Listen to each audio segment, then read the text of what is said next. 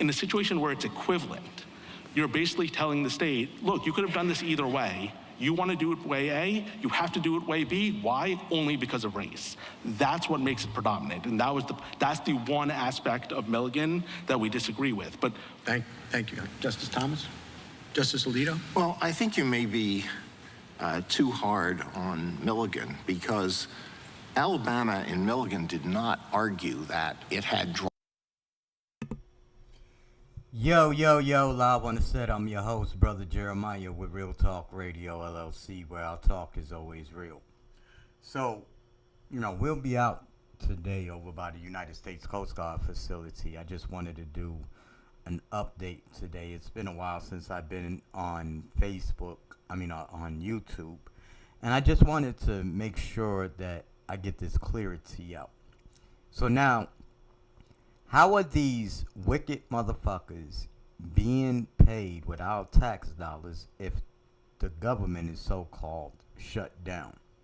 So what we have been doing, we have been exposing these fucking clowns. So again, yo, live on the set. I'm your host, Brother Jeremiah, with Real Talk Radio, LLC, where our talk is always real.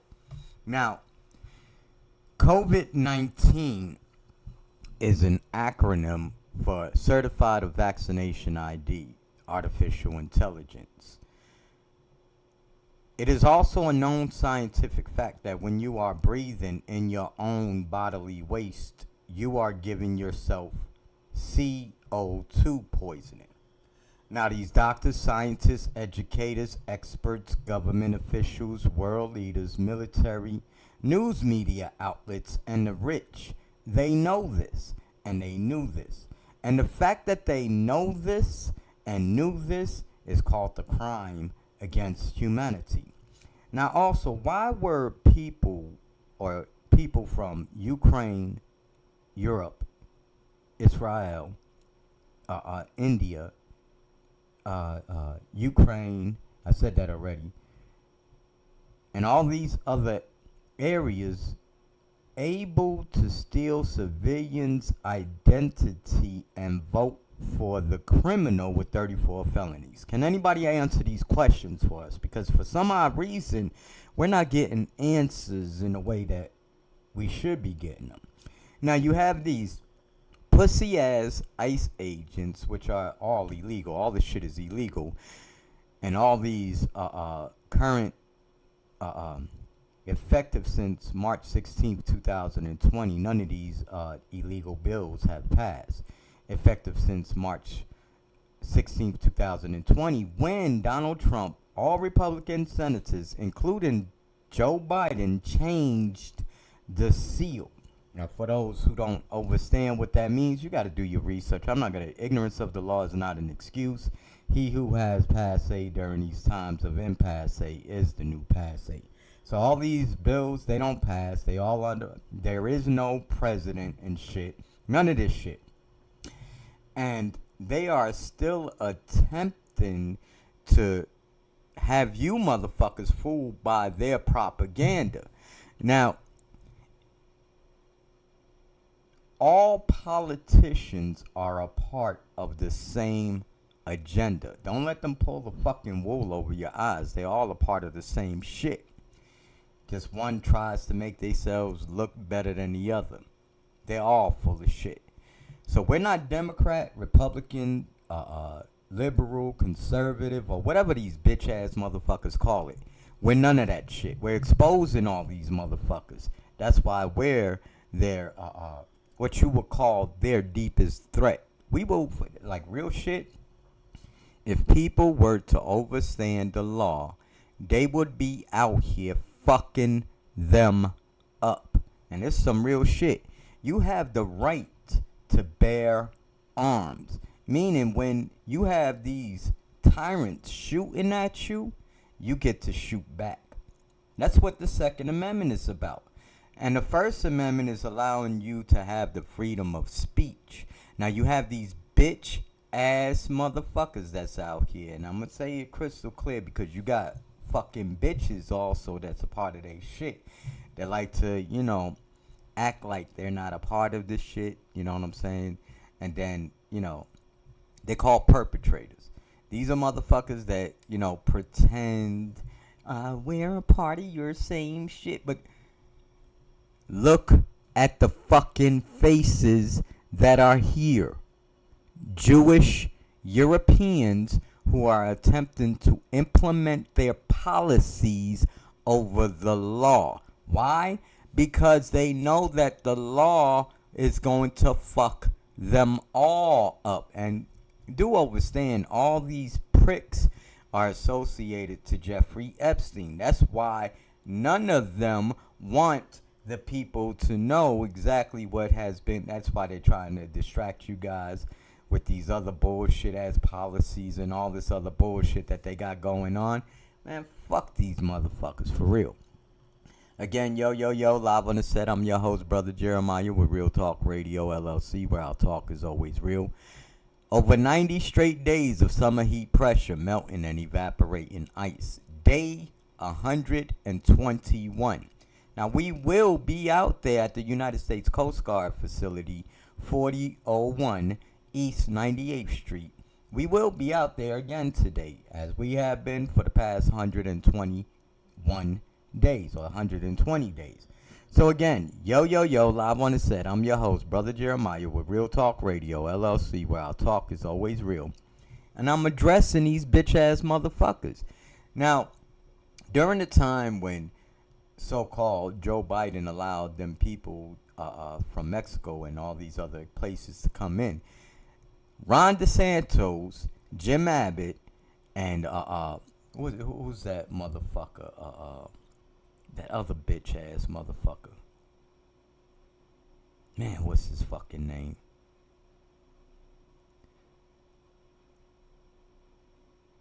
Well, when I get his name, I'll definitely get you guys more posted on it. Ted Cruz stated where they wanted to send illegal immigrants during the time when they allowed, this is what they say, the migrants, what cities they was going to direct the illegal migrants or the migrants, what cities and states they were directing them to. So quite naturally, where did they go? Florida, the main bitches motherfucker, Ron DeSantis bitch ass, or whatever his name is. These bitch motherfuckers knew exactly what they were doing. It's called propaganda. It's a bunch of bullshit. All this shit is bullshit. If you have ever been out in one of these news media outlet trends and shit, and you have seen these motherfuckers and witnessed these motherfuckers, you know this is all a bunch of bullshit ass paid shit. So you got these paid actors and shit that, you know, be around the cameras and shit. They actually pay these motherfuckers like real shit. So you have to go to these news sites to see the shit for yourself and shit. Now, you will have certain events that are occurring and shit that are true and shit. That's why you have them attempting to make and depict our people as being the most violent, you know, the most violent people on the planet. That's why during these over 90 straight days of summer heat pressure, we have been exposing these bitch-ass motherfuckers. So we want y'all to listen to these dicks while they talk.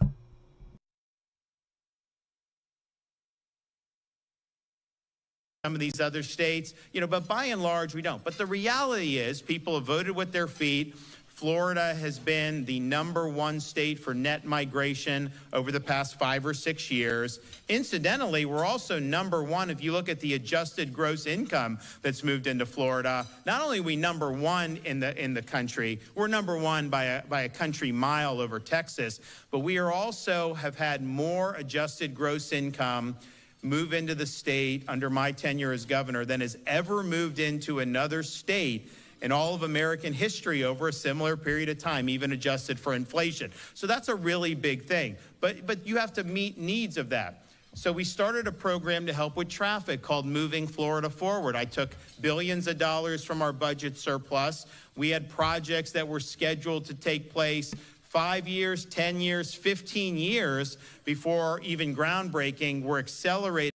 Of the utmost integrity and those opposite who worked with him, I'm sure, would agree with that assessment.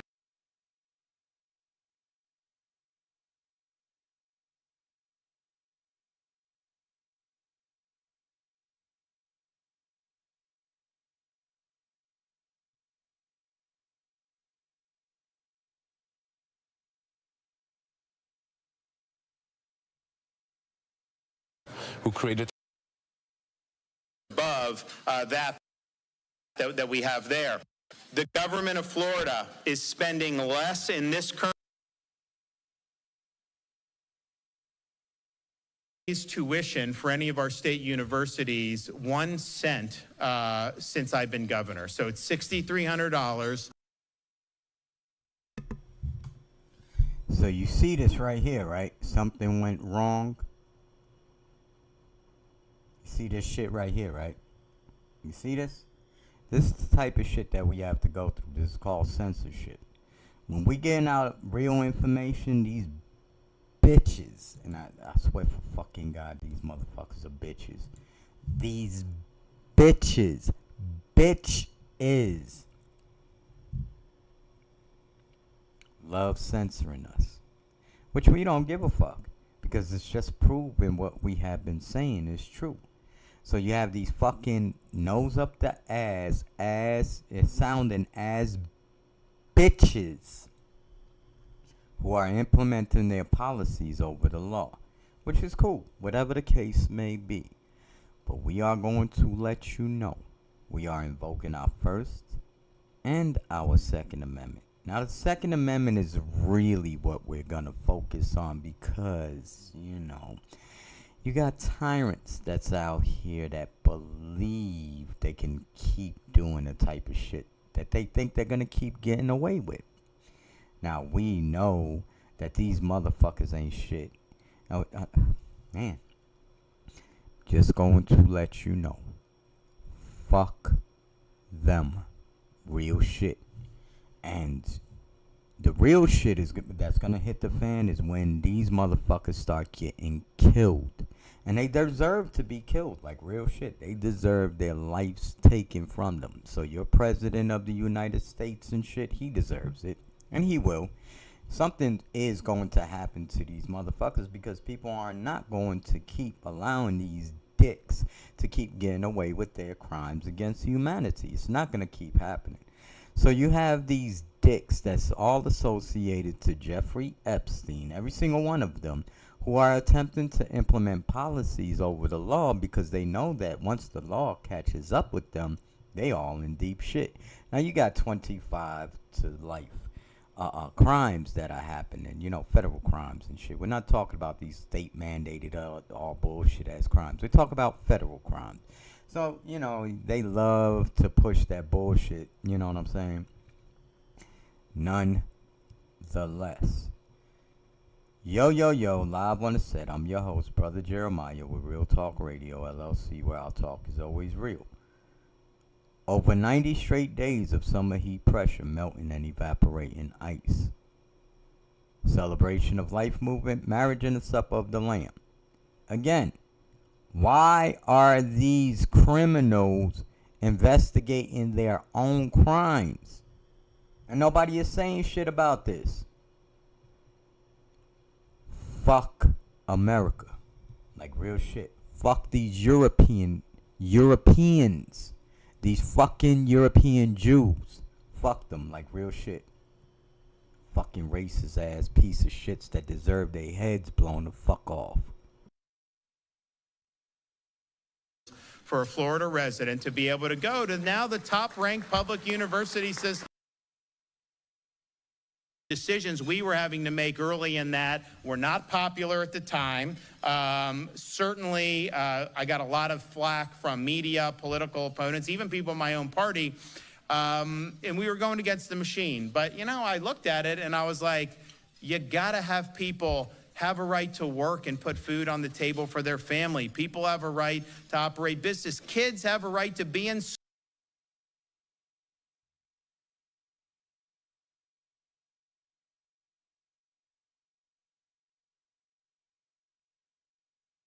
right? You know, you say, well, you got to segregate out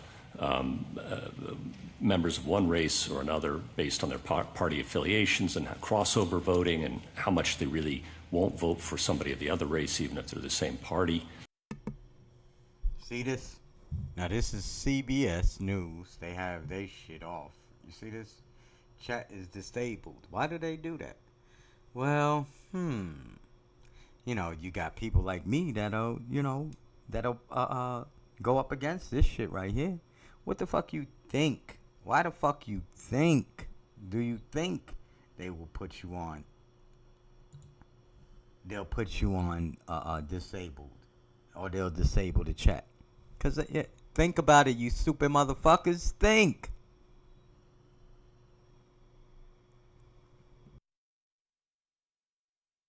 And if together they can predictably and safely win the district, then they've satisfied. What's predictive?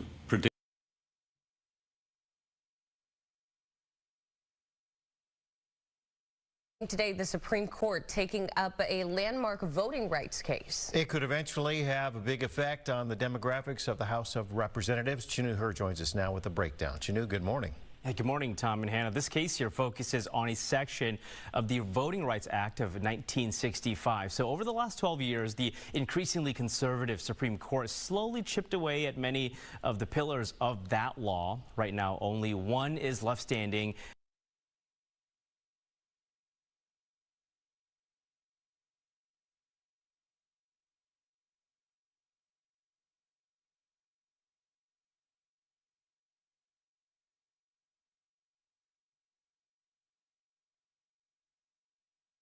If the concern with our proposal is that you will have to answer cohesiveness questions that require some amount of empirical showing, what's the alternative? Okay, And I got it. It's always the bear. I'm outrunning a bear. I got it. Okay. Predominance. What does that mean? I know it's throughout our case law, and I know you say it can't be compromised. Is that a but-for causation test? Is that a proximate causation test? What is it?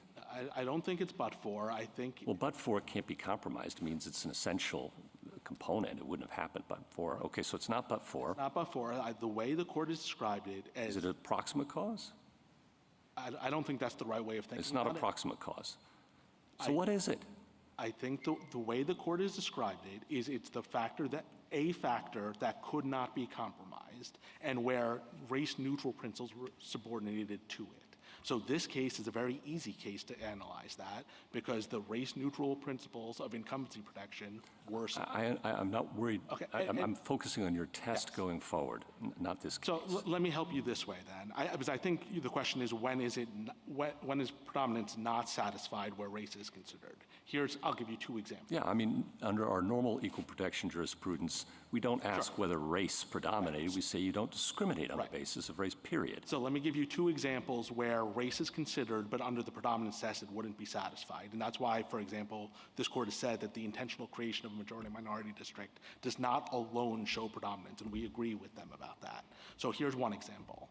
The map drawer doesn't consider race at all, uses race-neutral principles. The computer spits out two maps that are totally equivalent. To pick between them, they say, okay, we'll use the one that has a majority. But that gives rise to an inference of intentional discrimination. There's no other explanation that can be provided in your hypothetical. That's intentional discrimination. Again, that's not predominance. That's choosing on the basis of race. Neither of this court's formulations of predominance are met on that fact pattern. You can't say that race-neutral principles were subordinated. They weren't. And you can't say that the race was non-negotiable. It wasn't. So that's one example. Another example would be if you use race-neutral principles and the best map happens to be a majority-minority district, and then someone tries to say, don't draw that map, draw a different map for some other reason, and they say, no, we don't want to do that. We don't want to get rid of a black district. That's intentional as well. Okay. Again, I agree with you. My whole point is what this court has said again and again and again. Oh, I know what it said. Okay. I just don't know what it means. I think it means exactly what I'm saying, that it's not enough for it to be intent. Okay. It has to be that race-neutral principles are subordinated to race. Thank you. Justice Kavanaugh? Well, I'm going to pick up right there because I had a lot of questions about your use of the word predominance as well, which the amicus briefs on your side say that word has been hopeless, I think, in trying to figure out what it means. What I've understood it to mean over time in the jurisprudence in this area is that race does not predominate if the district, even though drawn based on race, is reasonably configured and compact. Is that what you think? Yes and no, right? So that's not as helpful. I know. And so here's the issue. This court has recognized the test is whether race-neutral principles are subordinated to race. If you don't comply with traditional principles, then clearly you have subordination.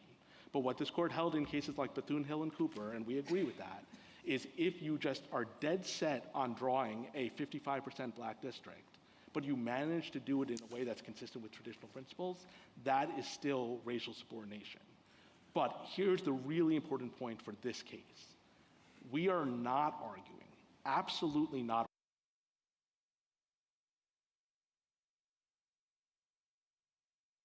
And what does matter but it seems like your position is you can use, the state can use race a little bit. If we're talking about the state It's kind acting, of like the Bakke kind of thing. It's a race. yes. If you're talking about if you're talking about the state acting in the first instance wholly apart from Section 2, yes, our position and this court's position has been you can consider race, and the reason why is because redistricting is a complicated multi-factor inquiry where lots of the permissible factors highly correlate to race, and if you don't have a standard like predominance, as this court recognized in Alexander, every partisan gerrymander case will become a racial gerrymander case because they will always come in and say, aha, you must have But where it predominates, I'm repeating myself now, is where the district becomes not compact, not reasonably configured. That is one way it becomes race doesn't predominate. The other way is if they just set out to say, I'm going to draw a 55% black district, and then they backfill from there. Because that's race predominating. Exactly. Yeah. But importantly for our purposes, in a Section 2 case, when we say that race can't predominate in the as step 1 of Jingles, we are not focused on what the plaintiffs do. The plaintiffs can absolutely consider race. I got that. The court has to conclude that their map is better than the state's map. And then you avoid predominance. I got that. Okay, so then what I viewed as the real innovation of your brief that we have not considered before, as you point out, is the material on page 25, the political objectives. Yes. And that strikes me as new, but also new because we haven't considered it before.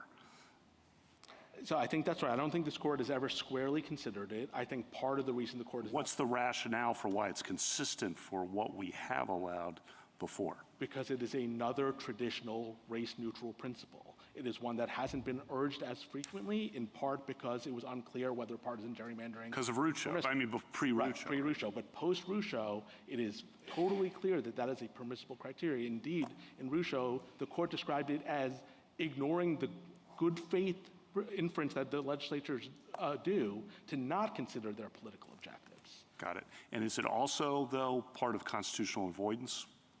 Yes, again, because— So there are two things. It's hasn't been considered before, and it avoids constitutional problems if we fold page 25.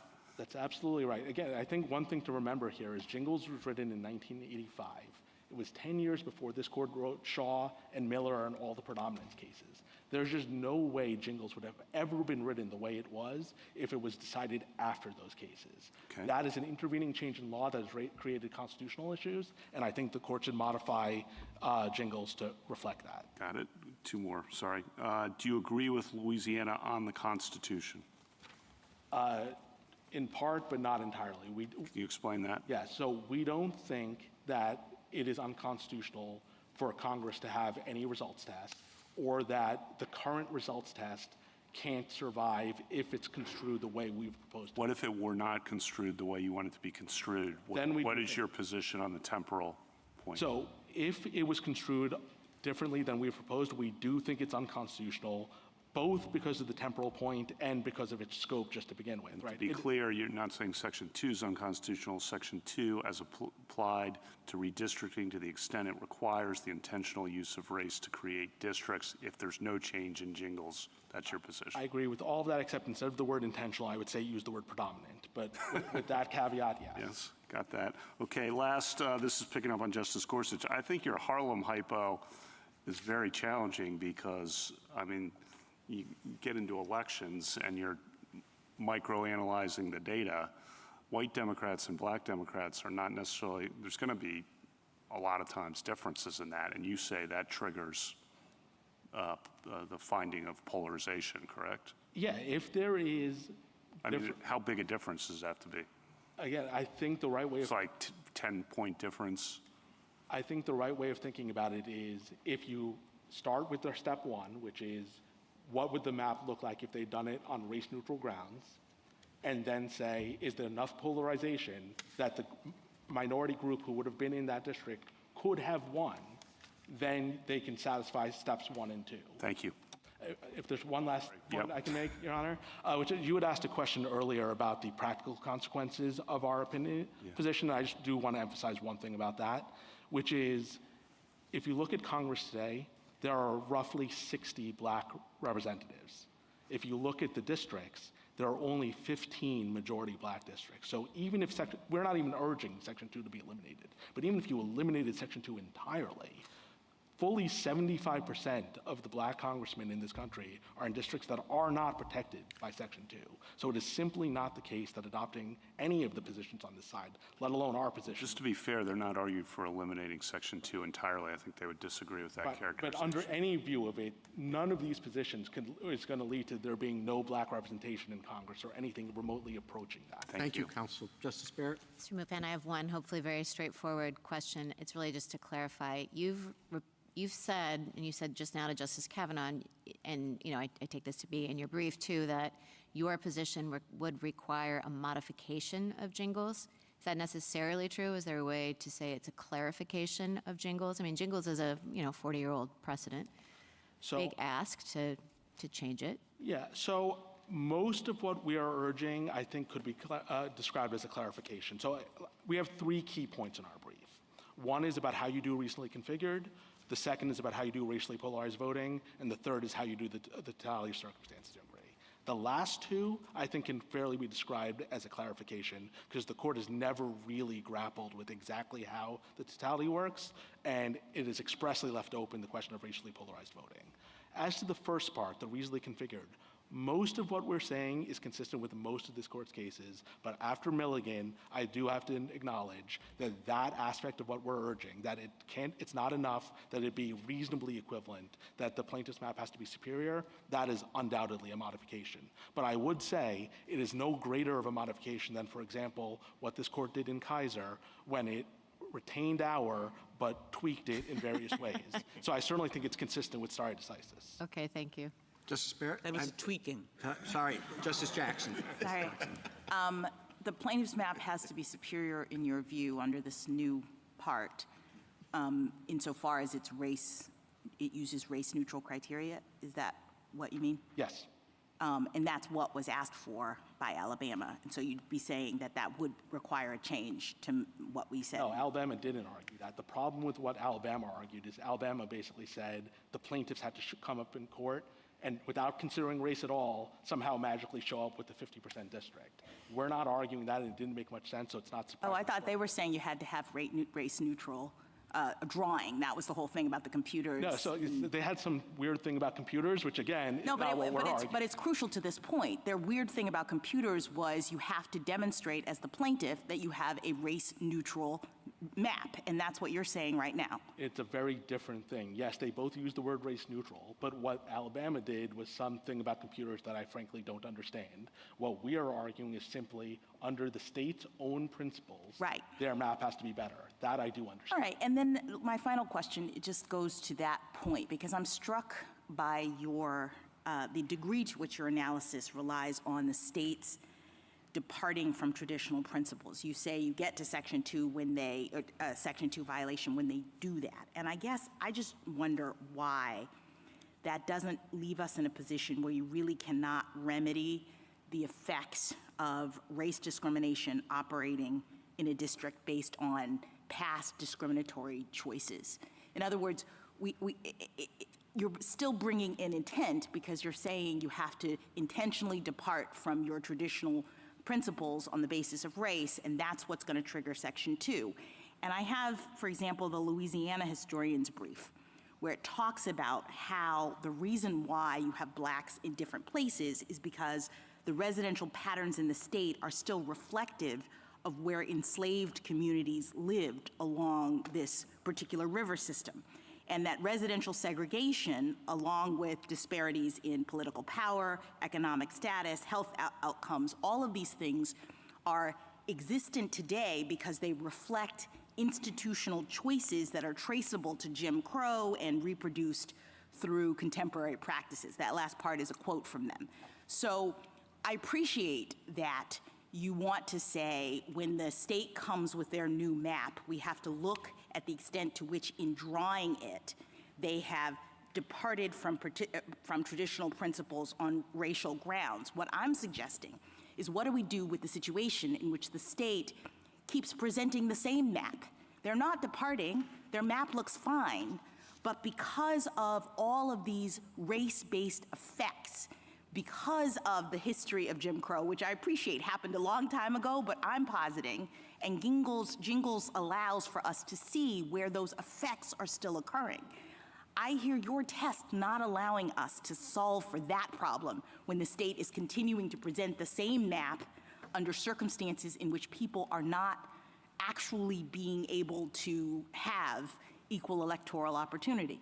So I guess I'll say three things about that, Your Honor. The first is, again, our position, it does not require intent. I agree that at step one, we're saying you have to consider race-neutral principles, but if they've departed from that, we think you could find liability based on the effect without making a finding that they did it for intentional discriminatory reasons.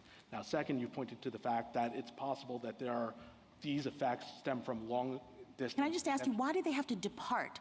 What if they just keep on doing the same thing? They're not changing the map. I thought Section 2's whole point was that you gotta offer a remedy, you gotta have a remedy where this thing is happening.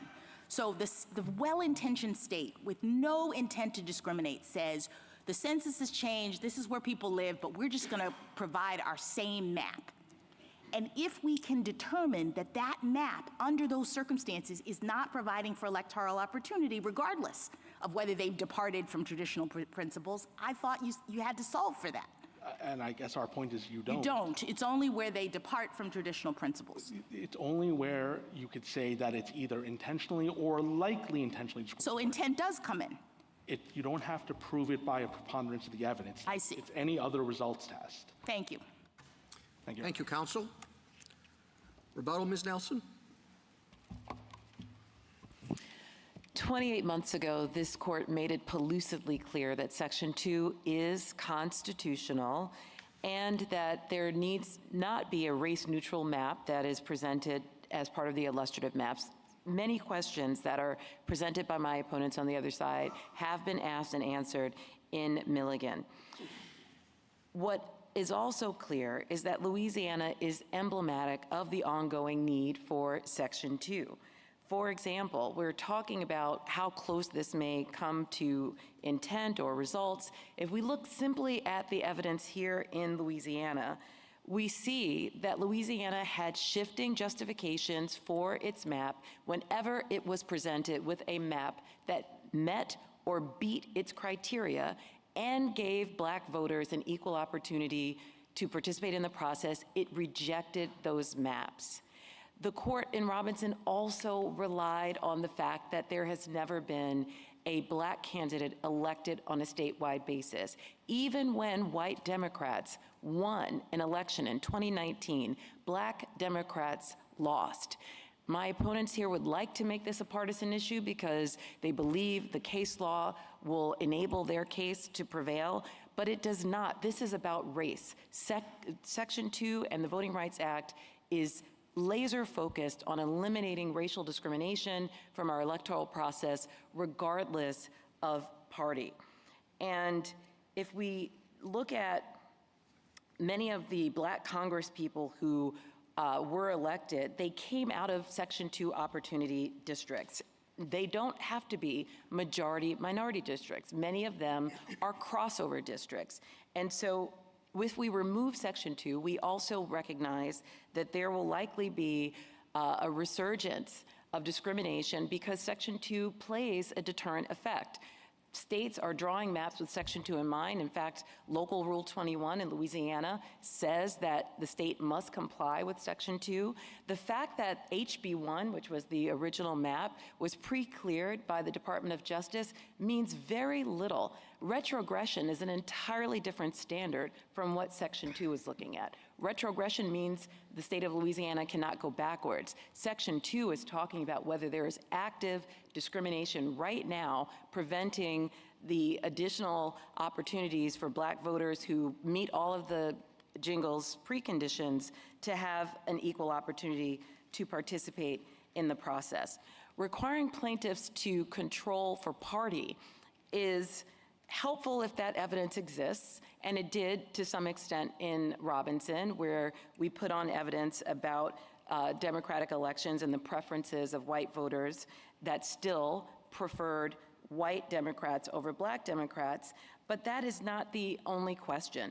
If that evidence is available, and I will remind the court it's not often available if there aren't primary elections or if we are looking at more down ballot elections, not just the congressional elections at issue here, that evidence is useful, but if there is significant racially polarized voting, that has already been shown to be probative of intentional, of discrimination that comes very close to intentional discrimination. What Congress did in Section 2 was strike a very careful balance of using factors like white re-register, like the Zimmer factors, to bring us as close to a finding of intent without making the full accusation and without requiring that conclusion on the part of courts. So we should not downplay, as my opponents have, the robust nature and exacting requirements of a Jingles test,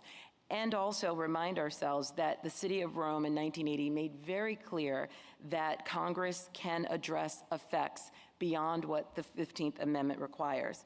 I'll close by saying that in Bush v. Vera, this court said that it must be particularly concerned about changing its decisions or rejecting stare decisis in cases that involve a sensitive political context like this one.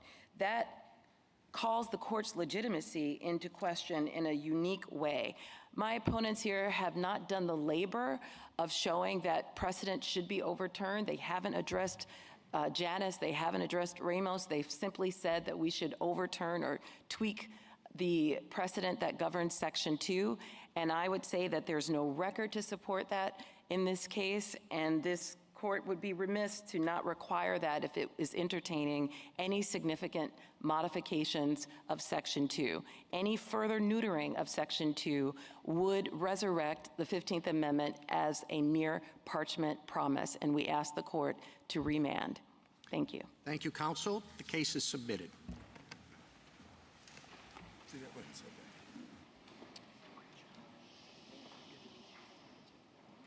Ladies and gentlemen, if you are staying, please remain seated. If you are staying, please remain seated. Thank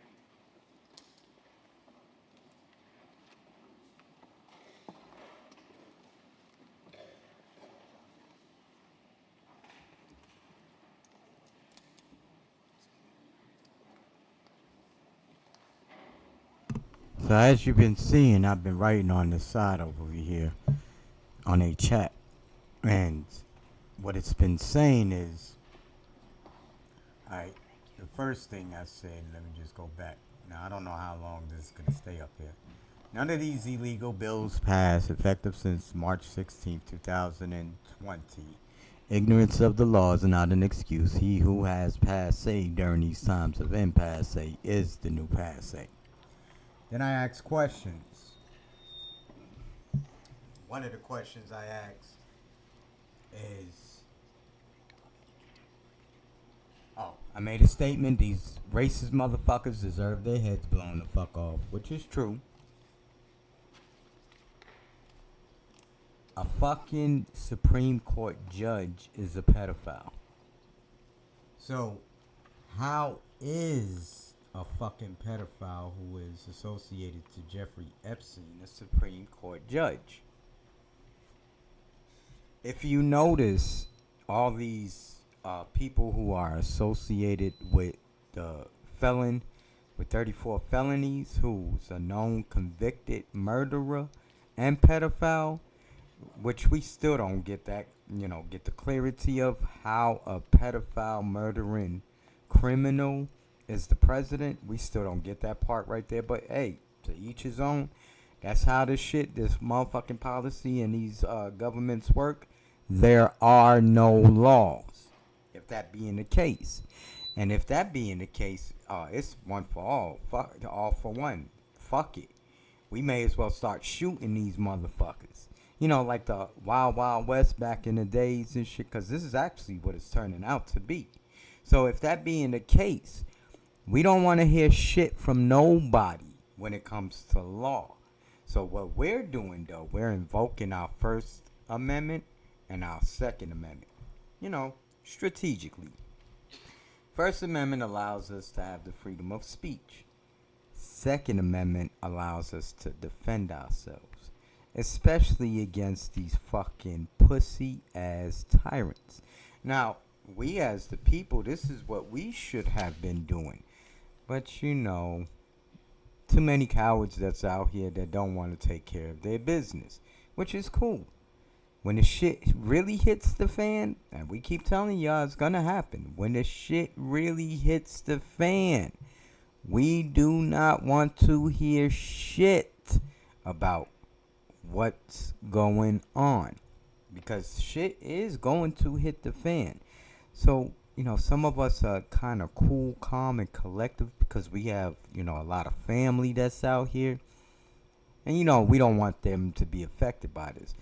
But partially our family be a part of the system too. So, even they're going to have to go if we have to choose to take their asses out too. That's the way it's turning out. So, yeah, okay, keep doing y'all stupid shit.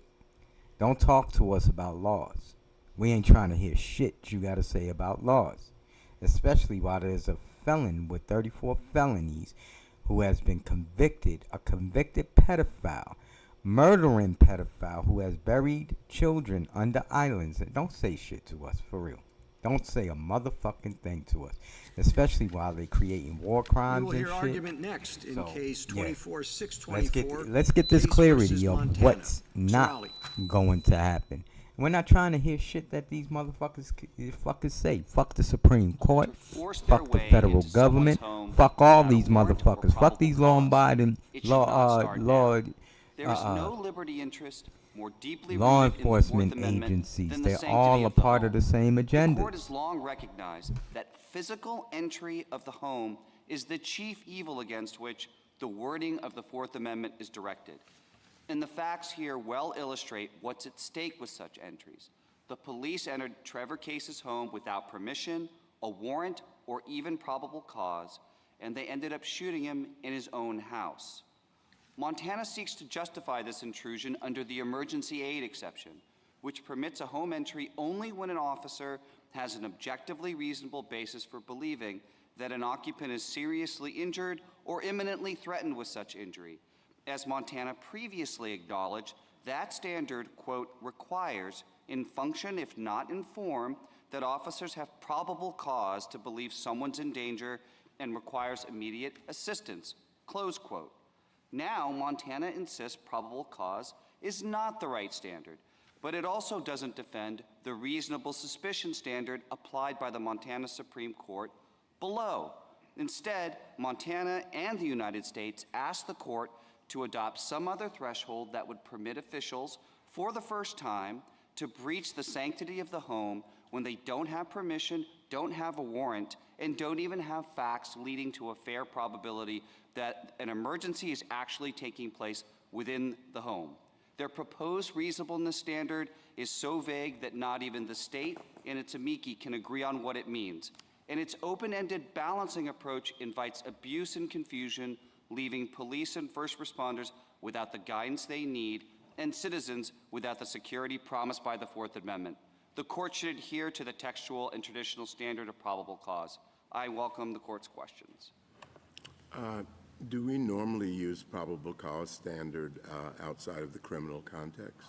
Your Honor, the court has applied probable cause in camera, for example, with respect to administrative warrants, and in other contexts as well. I would point to, for example, Wren, where the court applied it to civil vehicle infractions. And so the court has applied it in non-criminal contexts.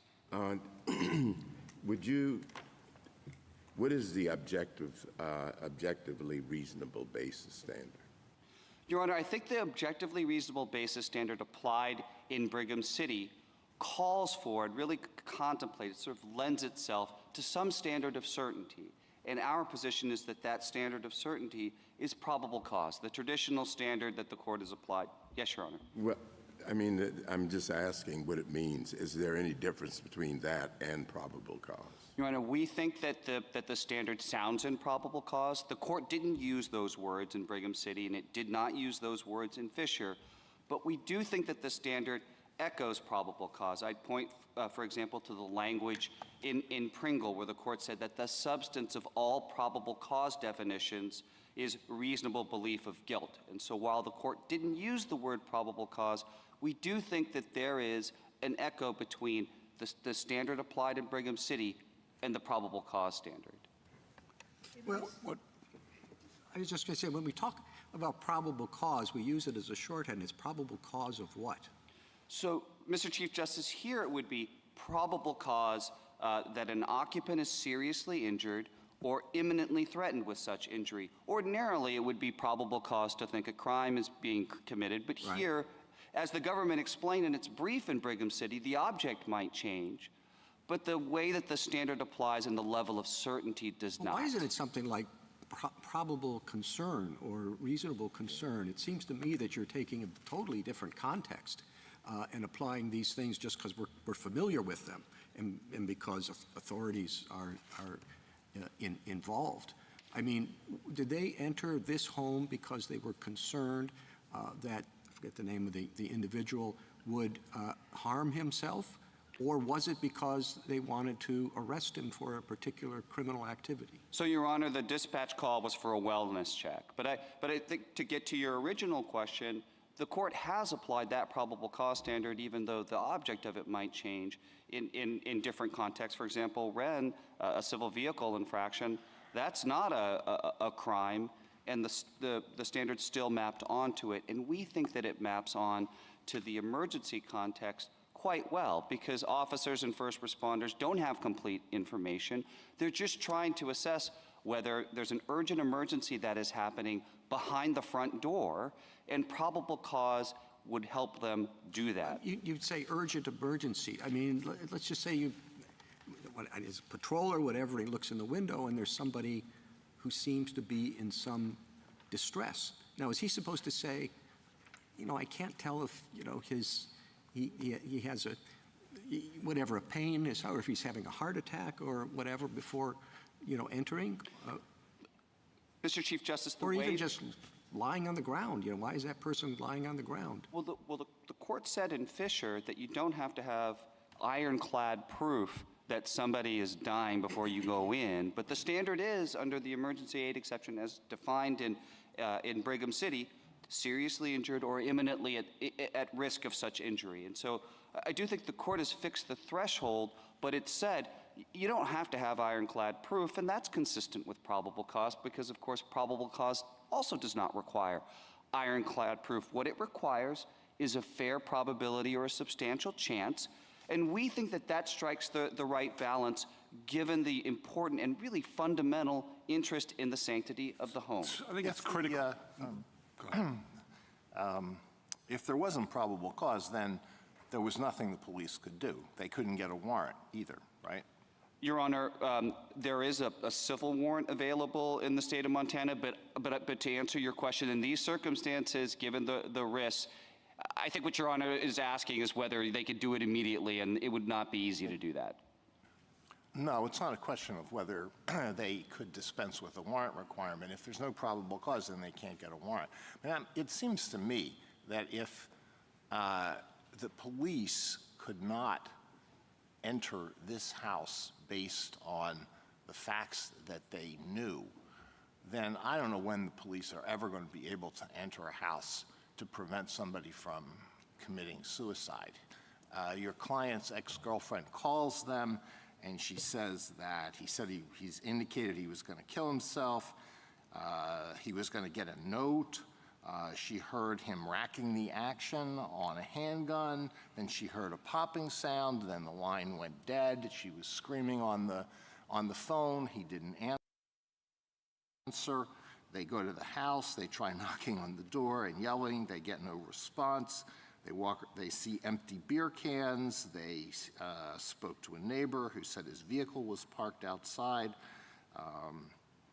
They shone a flashlight through the window. They saw his keys on the table alongside an empty holster and an apparent suicide note. I mean, what more did they need? Justice Alito, I think what's critical here is the officer's extensive knowledge of Mr. Case.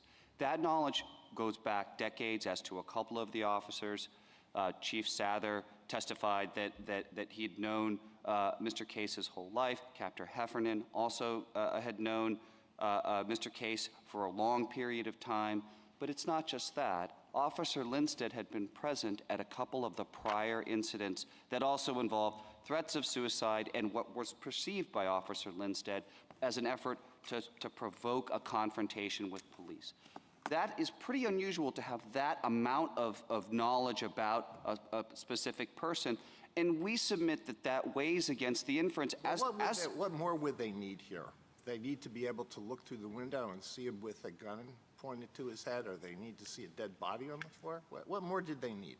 Justice Alito, I think the question is really what you would take away if they didn't know and hadn't had such extensive experience with Mr. Case, an experience from which they drew the inference that he was unlikely to kill himself, that what he was likely to do instead was to provoke. Yes, Your Honor. Well, I mean, you're saying that because he had threatened to kill himself before and he hadn't carried through, then there were no circumstances under which they could ever enter his house to prevent him from committing suicide if he threatened again. Is that your position? Our position, Your Honor, is as assessed by the officers on the scene, based upon their prior experience with them, with Mr. Case, including, I would note, percipient witness experience, they drew the inference that he was unlikely to shoot himself. And but that I find your argument very odd, right? We're trying to think about a standard here, and I would think that the relevant criteria are the amount of information that the officers had. Yes. And the threat to the individual, the actual nature of the emergency. And so in this very situation, I'm thinking the fact that they had a lot of information about Mr. Case actually hurts your cause, not helps you. I mean, I understand you want them to draw a different inference.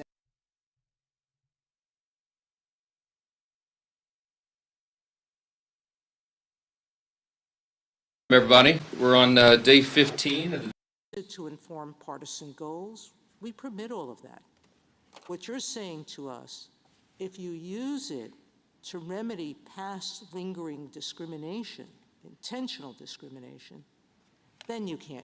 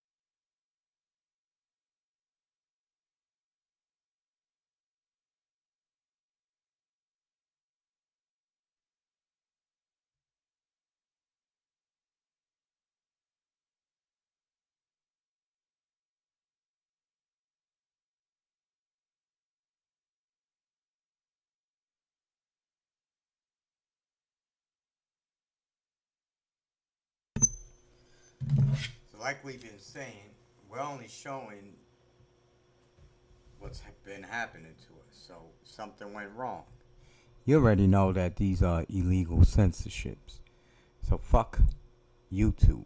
YouTube is the fullest shit just like every other organization out here, these motherfuckers are full of shit.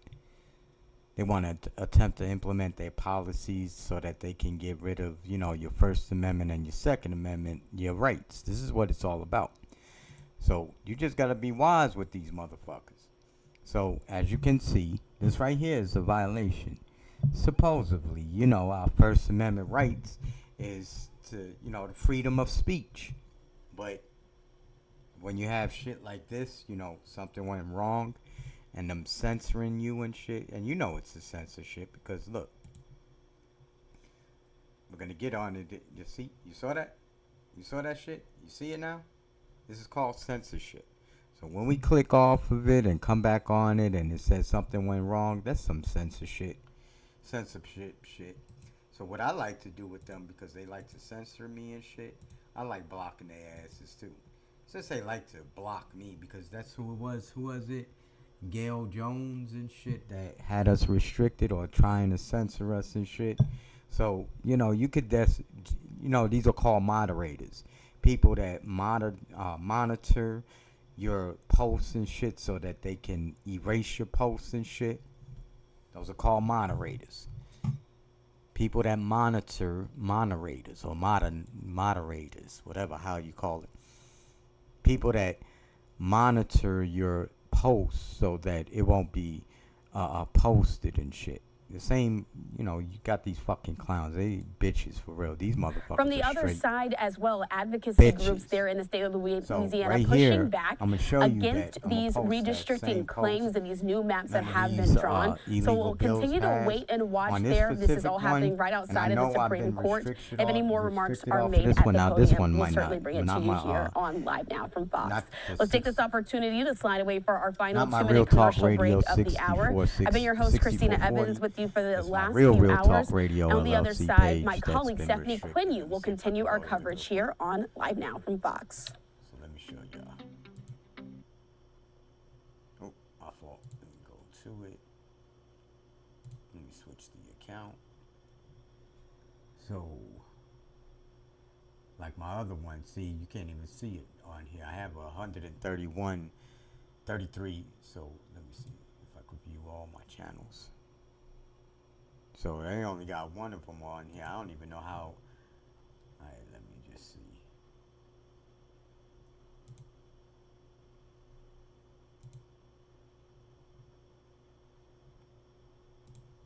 See, this one, they ain't even supposed to be off of here. You know what I'm saying? So let me get it off of this screen because I don't want everybody to see my shit.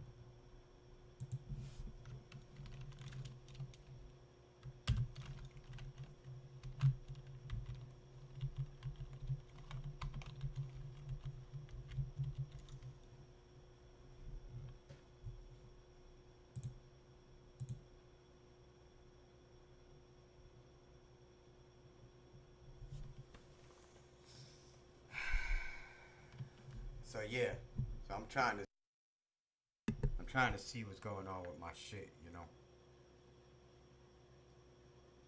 I should have been on this one right here, but for some odd reason I'm not.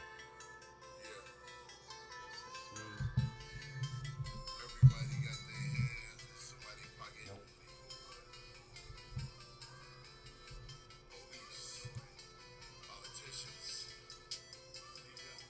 lawyers, doctors, insurance companies. So that was just me being able to do what I was able to do. Get logged on my other account. So this account right here, which is my original account, this one has been restricted. So I want to show you. Let me see if I can pull both of them up. So that one. Let's see, I'm trying to see if I can pull both of them up at the same time. And this one. All right, let me see. So this is my original. Go switch my account. I'm gonna go to this one right here. Alright, so I do have two open. So when I go, let's say, I'm gonna go back to this one right here. When I go to this one participate in our electoral process, that win is a win for democracy. It is a win for all Americans. It is a win for the rule of law. And that is why we fight, because we believe in the future of this country, and we believe that black people have a right to be part of it and to self-determine who will represent them and to be part of the future of this country. And that is what Section 2 of the Voting Rights Act secures, and I'm happy to take your questions. Yes.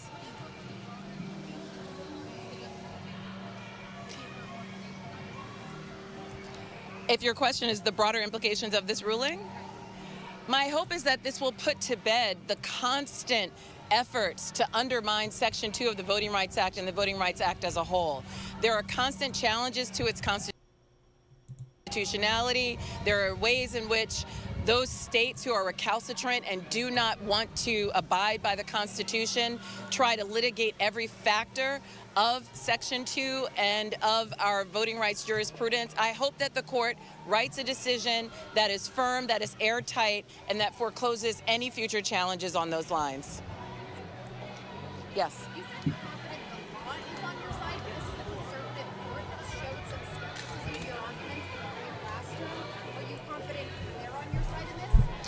I know that the court issued an extraordinary decision in a case that we argued, Allen versus Milligan, and won, even when people made the very same argument that this court would not necessarily rule in our favor. We have every confidence that this court will do its job, will follow stare decisis, and understands the import of this case, particularly in this political context, where its legitimacy matters most. Yes. Yes. So I'm going to show you what I mean by this. Let me see. I want to just make sure I get this one up too.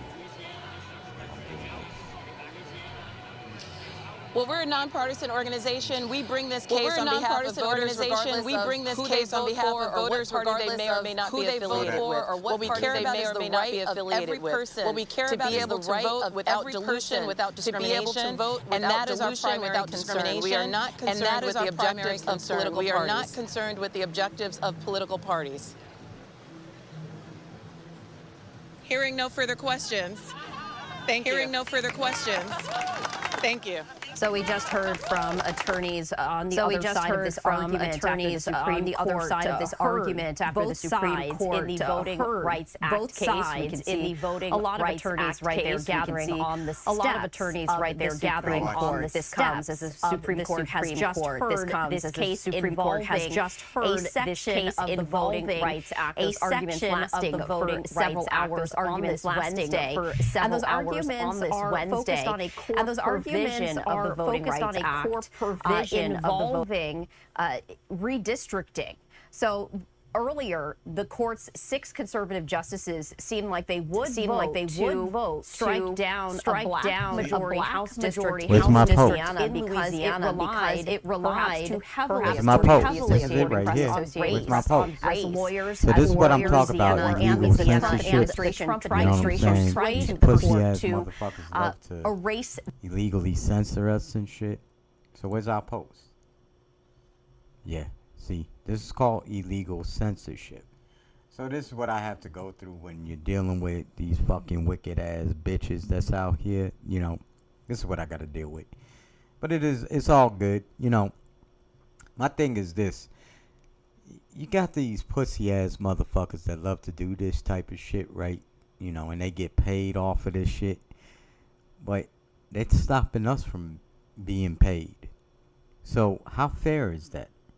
You know, this is something that they've been doing for 400 years. How fair is that shit? Where they're getting paid off of shit that we could be getting paid off of the same shit. We could be getting paid off the same exact shit. But they're restricting us. They're censoring us. So how fair is that? So that's all good. Like I said, it's all good because when the shit really starts hitting the fan, we're going to be number one that's out here. That a lot of motherfuckers are going to be turning to. And all you motherfuckers that's out here that been on this bullshit, trust me, it's coming back. And it's coming back real hard on you motherfuckers. So again, yo, live on the set. I'm your host, Brother Jeremiah, with Real Talk Radio LLC, where our talk is always real. What I'm going to do, though, now, because, you get tired of listening to these motherfuckers all the damn time. It's just a bunch of bullshit. They're a bunch of bullshit-ass people. It is what it is. So what we're going to do, though, right now, we're going to go play a little bit of music and shit, enjoy ourselves, let y'all see a little bit of what we, love to do. Let me see, just make sure. Trying to see it. Okay. Our voices raise to you, oh yeah. We turn today, our King, our God, our hope, our way. Leviticus 23, verses 23 to 25. Yahuwah spoke to Moshe, saying, "Speak to the children of Israel, saying, in the 7th new moon, on the 1st day of the new moon, you have a rest, a remembrance of Teruah. You do no servile work.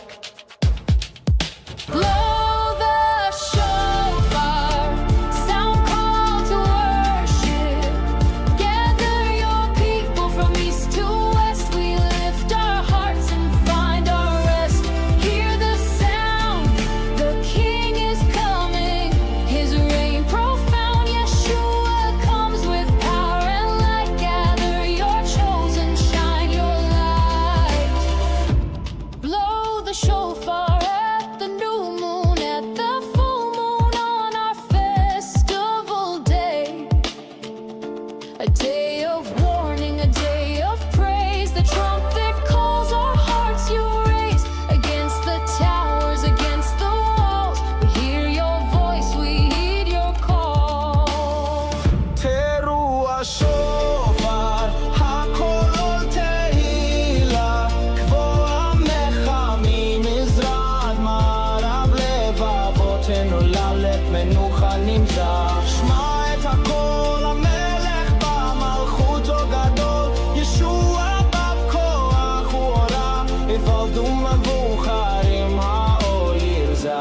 Matthew 24, verse 31. And he shall send his messengers with a great trumpet sound. They shall gather his chosen ones from the four winds all around.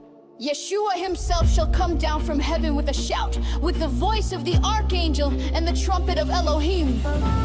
Blow the shofar, sound the call to worship.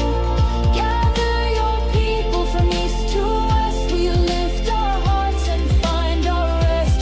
Sound the 7th trumpet, the kingdom comes. The reign of our Master and Messiah reigns forevermore. Hear the shofar, the King is coming. His reign profound, Yeshua comes with power and light. Gather your chosen, shine your light. Rejoice and sing, the shofar sounds, our King of Kings. Prepare your hearts, awake, arise. Yeshua comes to gather his people. Blow the shofar, blow the shofar. Sound the call to worship. Gather your people from east to west. We lift our hearts and find our rest. Hear the sound, the King is coming. His reign profound. Yeshua comes with power and light. Gather your chosen, shine your light. Blow the shofar at the new moon, at the full moon, on our festival day. A day of warning, a day of praise. The trumpet calls, our hearts you raise. Against the towers, against the walls, we hear your voice, we heed your call. Teruah shofar, hakol tehillah. Kevol ha'mechanim mizrat ma'arav. Levavatenu nalalet menukan nimtza. Shma et hakol hamelech b'malkuto gadol. Yeshua b'koach ura. Echandu mucharim horizah. And he shall send his messengers with a great trumpet sound. They shall gather his chosen ones from the four winds all around. Yeshua himself shall come down from heaven with a shout, with the voice of the archangel and the trumpet of Elohim. Blow the shofar, sound the call to worship. Gather your people from east to west. We lift our hearts and find our rest. Hear the sound, the King is coming. His reign profound. Yeshua comes with power and light. Gather your chosen, shine your light. The reign of our Master and Messiah reigns forevermore. Hear the shofar. The King is coming. His reign profound. Yeshua comes with power and light. Gather your chosen, shine your light. Rejoice and sing. The shofar sounds. Our King of Kings. Prepare your hearts. Awake, arise. Yeshua comes to gather his people.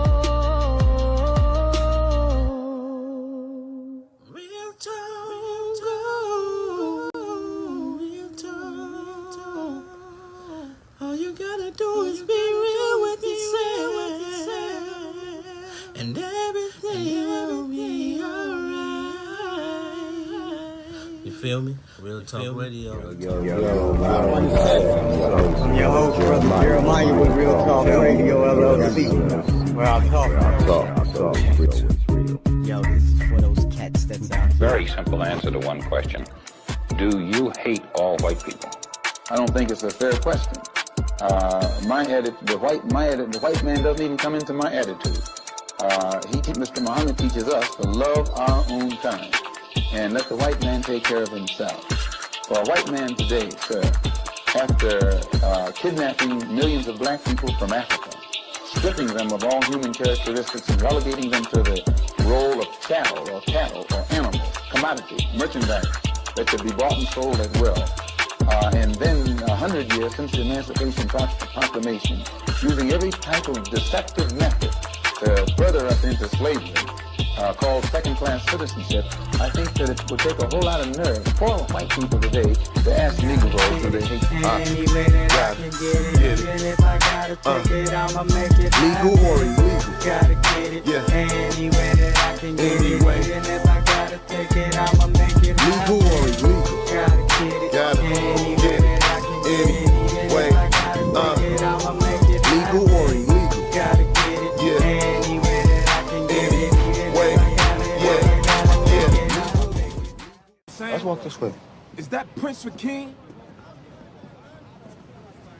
Come here, Prince.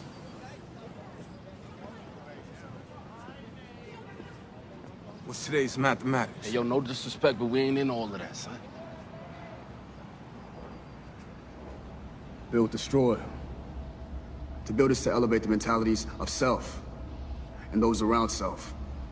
To add positive energy to every nation. To build, you must first start from the root, which is the knowledge foundation, and add on to the highest peak.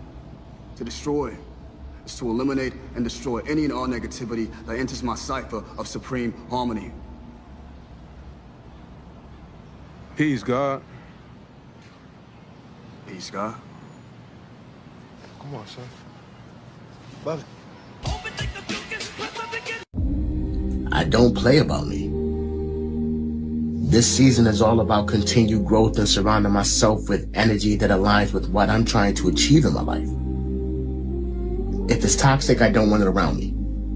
If it's negative, I don't want it around me. If it's confusing or unfulfilling, I just don't want it around me. Right now, my biggest toxic trait is fuck around and never hear from me again. It's really like that. Listen, I love people, and I show everybody love. So if I stop fucking with you, that means you did too much. Because once you cross me, I can give two shits about an apology. Stay away from me. Yo, live on the set, this is your co-host, Little Jeremiah, with Real Talk Radio, LLC, where our talk is always real. Can I have your name and badge number? Come here. My name Can is Salvis.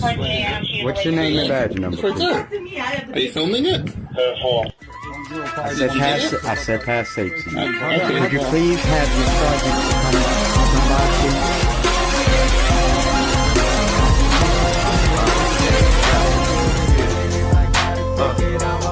Legal or illegal? Yeah.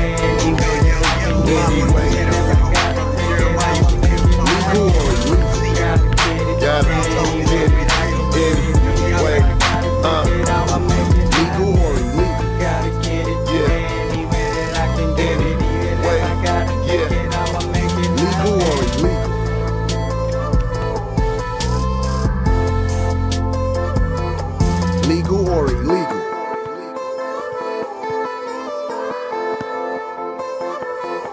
Legal or illegal? Real talk, real talk.